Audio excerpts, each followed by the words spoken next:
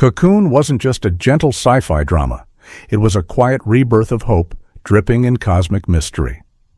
What audiences didn't know, a nest of weird chaos erupted in that swimming pool. Production disasters lurk beneath the placid surface. Equipment shatters. Actors falter. Hidden agendas bubble. Here's your promise: 20 weird facts about Cocoon, and stick around for that bonus fact, truly mind-bending. Now, dive in. Fact number 1. What audiences didn't know is that the famed pool scene isn't pristine. It wasn't a calm, rehearsed sequence. It was a brutal engineering challenge. The designers build a full-scale practical set underwater. Water clarity collapses with every take. Actors choke on chemicals. The water heater goes haywire. Temperatures plunge and spike. The crew scrambles. Stars Morris and Ostrom shiver between shots. It's not just a cozy dip. It's a fight to stay composed amid turbidity and cold that seeps through their bones. Production shoots into overtime. Dailies reflect exhaustion, not sunshine. And yet, it emerges graceful. But behind that grace is human grit and intense, unseen suffering that shadows every shimmering shot. Emotional weight lingers. Fact number 2. It wasn't smooth casting bliss.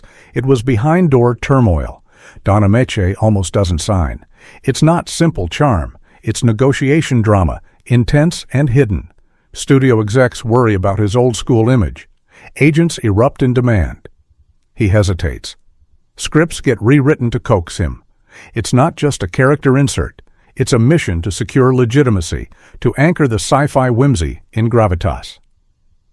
His performance then comes armored with decades of Hollywood history. What you see on screen is calm and fatherly. What audiences don't know is the months of wrangling, studio memos, call sheets rewritten, budgets reallocated to land Ameche. And that struggle crescendos into a performance that becomes cocooned in affection and respect, a legacy born from backstage friction. Fact number 3. Not a whimsical alien tale, but a set gripped by safety paranoia. The benign aliens, gentle, glowing, come with a hazy, dangerous glow. Those glowing orbs aren't CGI. They're chemicals mixed into practical effects. The prop team whips up glow-in-the-dark fluid. It erupts into eye-stinging fumes. Crew cough wildly. Ventilation fails them. The set grows toxic. Actors mist up in their eyes. The makeup artist scrambles to rinse skin. It wasn't light sci-fi magic. It was a small-scale hazard zone, production halts, safety meetings, ricochet. They retrofit fans. Respirators appear. Yet no one expected a gentle glow to threaten health. The shots that survive are luminous. But beneath that light is a near-miss disaster that's every bit as weird as any alien encounter. The emotional weight? A glow that almost glows them out of the film entirely. Fact number 4. It wasn't seamless harmony, it was personality collision. Wilford Brimley clashes with special effects team. He's poised, reserved, dedicated. They're wild, eccentric, impulsive. On one take, he storms off, fed up with rigging noise. They aren't just misaligned, they're cultural opposites, actor devotion versus effects chaos. The director intervenes. It's not just a pause, it's a full reset. They relocate Brimley from noisy foam generator rigs. He calms. The team adapts. The shot resumes, tender and grateful. What audiences don't know is how creative friction almost fractures performance. It's not just backstage gossip, it's proof that respect and flexibility salvage art. And that collision yields a Brimley moment brimming with authenticity, drawn from very real irritation and resolution. Fact number 5. What audiences don't know is that the alien language isn't invented. It's an improvised mash of gibberish and whispers from extras. They roll with it. It's not scripted. It's chaotic.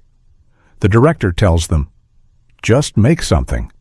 They invent clicks, hums, murmurs, frenzied in the moment. It's not polished. It's alive. The sound team records dozens of takes. Some are garbled, nonsensical. They layer tones, pitch shift, echo process. The result becomes eerie, unknowable, organic. It wasn't a calculated alien dialect. It was spontaneous creation that erupts in performance. And the audience doesn't hear the improvisation. They only feel the mystery. The emotional weight? Language that carries existential wonder, born from delightful disorder behind the camera. Fact number 6. It wasn't just a Florida shoot. It was a logistical storm. St. Petersburg looks serene on screen, but the city's heat index punishes everyone. Equipment fries in the sun. Call sheets stretch thin as thunderstorms erupt daily, shorting lights and flooding sets. The crew races to save camera rigs from torrential downpours. Actors sweat through costumes, makeup streaking across their faces. What audiences don't know is that production trucks double as cooling zones, crammed with fans and ice buckets. Extras faint. Grip crews lug sandbags to hold down tarps as winds roar. It wasn't golden retirement paradise. It was survival theater in subtropical chaos. Yet out of this grueling fight with Florida's extremes came the luminous visuals, a Florida that glows eternal only because the crew endured the storm. Fact number 7. Not just a touching old-age story, it was a casting war zone. Jessica Tandy and Hume Cronyn, a real-life couple, are signed late in the game. Studio brass initially doubts them. Too gentle, too fragile, they argue. But Ron Howard insists. He sees fire beneath their wrinkles. Producers cave. On set, Tandy proves sharper than anyone expects, correcting younger actors on timing. Cronyn ad-libs lines that derail entire takes, sparking genuine laughter. What audiences don't know is that their on-screen tenderness comes from decades of private battles, reconciliations, and triumphs. They weren't just characters. They were lived-in lovers with scars. The casting fight pays off in gold, a marriage immortalized not just in Hollywood contracts, but in a film that becomes a second home for two veterans who once almost never got the call. Fact number 8. It wasn't harmless stunt work, it was danger simmering underwater. The pool sequences require long submersions. Many cast members are elderly. Don Ameche, Herta Ware, Gwen Verdon. They struggle with breath-holding and buoyancy. Safety divers hover nearby, but accidents erupt. One extra panics, thrashing until pulled up. Another inhales chlorinated water, triggering coughing fits so violent filming halts. Ron Howard insists on shorter takes, cutting choreography into tiny bursts to protect them. What audiences didn't know, medics are on standby daily, prepared for heart attacks. The irony? A film about eternal youth nearly pushes its aging stars to collapse. Yet the bravery of these veterans transforms frailty into cinematic immortality.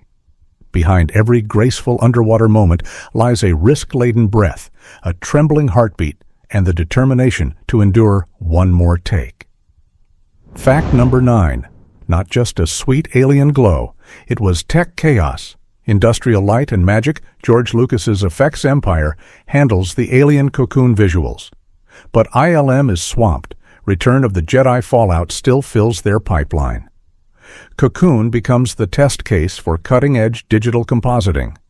Early attempts glitch, cocoons flicker, glow inconsistently, edges bleed into water. Producers panic. Deadlines loom. ILM works 20-hour shifts. Artists sleep in offices, airbrush frames by hand, splice reels in desperation. The result? A pioneering hybrid of digital and analog that makes the aliens shimmer like living phosphorescence. Audiences see perfection. What they don't see is reels warped from overuse, interns stumbling half asleep, Howard begging for miracles on call sheets. That radiant glow? It's born not of effortless innovation, but from near collapse inside ILM's exhausted machine. Fact number 10. Here's the kicker. Before we dive deeper, go ahead and like and subscribe because the second half of this list is where the really wild secrets lurk. Fact 10 proves it. Cocoon's ending, spaceship lifting into the stars, looks triumphant, but it nearly didn't happen. Studio execs hated it. Too sad, they said. Audiences won't accept seniors abandoning Earth. Multiple alternative endings are filmed, one where they stay, another where they're cured, but mortal. Test audiences reject them all. The original bittersweet finale wins out, but only after weeks of boardroom brawls. It wasn't just a creative decision, it was a marketing gamble. Fox feared walkouts. Instead, the scene earns tears, applause, and an Oscar. What looked like destiny was actually a razor's-edge gamble that could have stripped Cocoon of its soul. Fact number 11. It wasn't effortless scoring, it was orchestral warfare.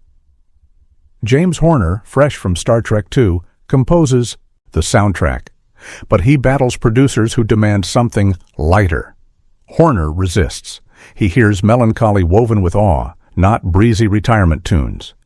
Dailies arrive with temp tracks ripped from Disney films. He fumes. In sessions, Horner pushes violins to ache, brass to surge like cosmic waves. At one point, he storms out, threatening to quit. What audiences don't know, his themes nearly vanish to studio edits. Ron Howard intervenes, siding with Horner. The result is a score that glows with sorrow and wonder, balancing human fragility with alien majesty. It wasn't just background music, it was resistance, negotiation, and faith. Horner's fight ensures Cocoon sounds like eternity, not sitcom fluff. Fact number 12. Not just a quiet set. It was buzzing with paranoia. The elderly cast members often joked about real mortality, but off-camera insurance companies didn't laugh. Covering so many aging stars under one film terrifies the financiers. Rumors swirl that one or two could collapse mid-shoot. Medical staff stay on payroll full-time, lurking by the craft services table. Call sheets are rewritten daily to shorten strenuous tasks. Don Ameche's health becomes a particular concern. Execs quietly discuss contingency rewrites. What audiences never knew is that production doubles as a live risk experiment in geriatric insurance. Ironically, the cast outpaces expectations, delivering vitality Hollywood underestimated. The tension between frailty and resilience transforms into the film's emotional heartbeat. On screen, they soar into youth. Off-screen, they fight simply to make it through a grueling shoot. Fact number 13. It wasn't just comedy relief, it was real humiliation. Brian Dennehy, playing the alien leader Walter, struggles with his shimmering reveal sequences. The prosthetics, heavy latex layered with paint, trap heat against his skin. He sweats buckets, literally wringing out undershirts. Crew members laugh at his misery when makeup peels mid-take, revealing half-human, half-alien blunders. Dennehy loses patience, snapping at makeup artists. He later jokes, "I aged 10 years in those cocoons." But beneath the joke is exhaustion. What audiences don't know, the luminous alien reveal that looks effortless cost him hours of suffocation, sticky adhesives, and self-control. It wasn't sci-fi glamour. It was grit, an actor enduring indignity for a few seconds of screen magic, and that indignity transformed into wonder only because he never gave up the mask. Fact number 14. Not a straight sci-fi film, but a secret family drama hidden within the edit. Early cuts of Cocoon run nearly 3 hours, crammed with backstories for the retirees. Gwen Verdon's arc explores estranged children. Hume Cronyn has an extended cancer subplot. Test audiences complain it drags. The studio hacks nearly an hour. Subplots vanish. Entire family dynamics evaporate. What audiences see is streamlined wonder. What they don't know is how much was left on the cutting room floor. Actors grieve for their lost work. Verdon is reportedly furious. Howard defends the cuts, insisting emotional power concentrates when pared down. It wasn't a full portrait of mortality. It was a compromise between epic drama and accessible sci-fi.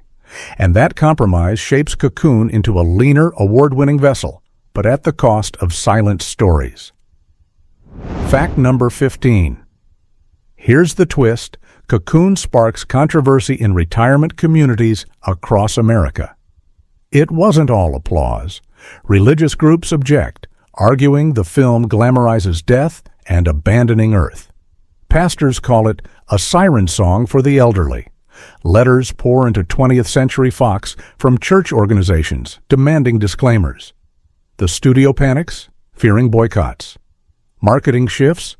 Trailers emphasize comedy and friendship over death and ascension. What audiences don't know is that the film teeters between spiritual metaphor and PR crisis. The controversy, however, only fuels curiosity. Seniors flock to theaters, many moved by the promise of rebirth. It wasn't just a sci-fi release, it was a cultural lightning rod, forcing America to talk about aging, death, and transcendence at the box office. Cocoon becomes not just entertainment, but a debate carved in celluloid. Fact number 16. It wasn't just a sleeper hit. It was a studio gamble that shocked everyone. Cocoon opens in summer 1985, a season stacked with blockbusters like Back to the Future and Rambo, First Blood Part 2. Fox executives brace for modest returns. But something wild happens. Word of mouth spreads like wildfire among seniors, a demographic Hollywood usually ignores. Busloads of retirement communities buy group tickets. Young audiences, curious about Ron Howard's follow-up to Splash, trickle in too. The film quietly earns over $85 million domestic, tripling its budget. What audiences don't know, Fox had nearly shelved the project after lukewarm internal screenings. It wasn't destined success, it was a gamble rescued by emotional resonance and cross-generational appeal. Against all odds, a quiet sci-fi about old age competes with Summer Titans and wins. Fact number 17. Not just a warm Hollywood set, but a breeding ground for future stars. A young Tawny Welch, daughter of Raquel Welch, lands her breakthrough role as the alien Kitty. Critics rave about her ethereal beauty, but behind the glow is raw anxiety. Welch nearly quits after relentless comparisons to her mother. Crew members whisper about nepotism casting, fueling her insecurities. Ron Howard shields her, pushing for authentic moments where Kitty seems simultaneously human and alien. Welch rises, delivering vulnerability that silences doubts.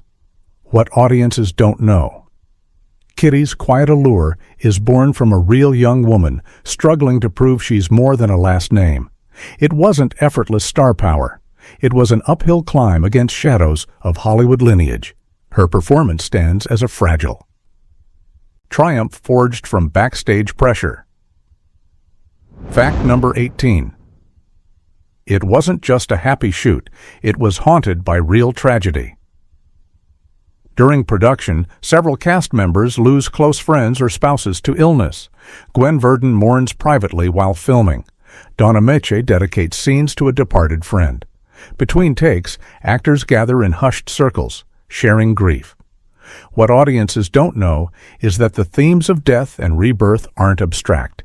They echo the personal losses unfolding around them. The film becomes therapy, a communal act of healing for its aging cast. Their tears on screen are not merely acting, they're cracked open by lived sorrow. It wasn't escapist sci-fi, it was catharsis captured on celluloid. And that raw honesty seeps into every frame, elevating Cocoon from entertainment into something profound. A meditation on loss and hope forged in real-time grief. Fact number 19. Not just one Oscar, but a shocking sweep in unexpected categories. In 1986, Cocoon wins 2 Academy Awards, Best Supporting Actor for Ameche and Best Visual Effects. Ameche's win surprises pundits who dismiss the film as lightweight. He beats out younger, flashier nominees. Behind the scenes, Ameche is stunned. "I thought they called the wrong name," he quips. The irony? Ameche had nearly been cut from early drafts. ILM's victory is equally seismic. It cements digital effects as the future, proving glowing aliens can compete with space battles. What audiences don't know, industry insiders mock the nominations, betting against Cocoon. It wasn't supposed to be an Oscar night darling. It was a quiet film that barged into the spotlight, snatching trophies and rewriting the legacy of what serious films could be. Fact number 20. It wasn't just a standalone movie. It was the birth of a sequel that nearly unraveled everything. Fox, intoxicated by profits, demands Cocoon. The return. Cast and crew resist. Ron Howard declines, fearing the sequel will cheapen the original's soul. Still, contracts bind, and production launches without him. The sequel stumbles critically, its charm dissipated.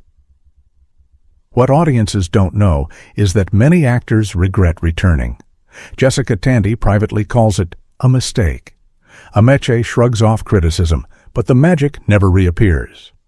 Cocoon was lightning in a bottle, timing, cast, and sincerity aligning perfectly. The sequel proves the point.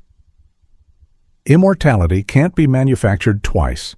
It wasn't a continuing saga. It was a one-time miracle that Hollywood tried to stretch, only to watch it snap under its own weight.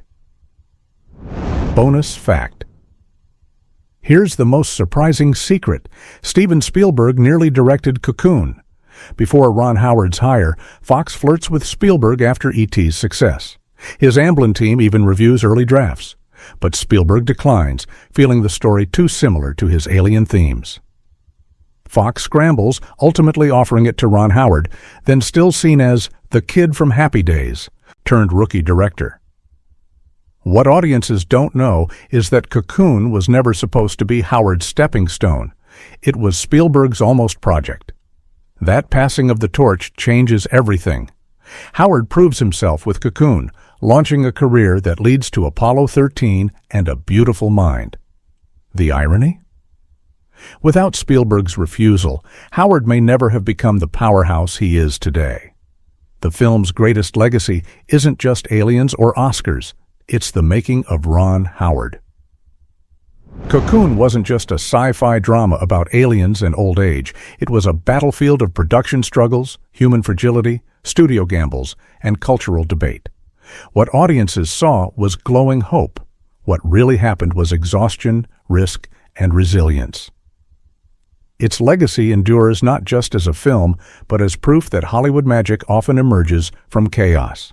So if you learned something new about the hidden world behind Cocoon, hit that like button, subscribe for more movie secrets, and remember, sometimes immortality is found not in youth, but in stories that never die.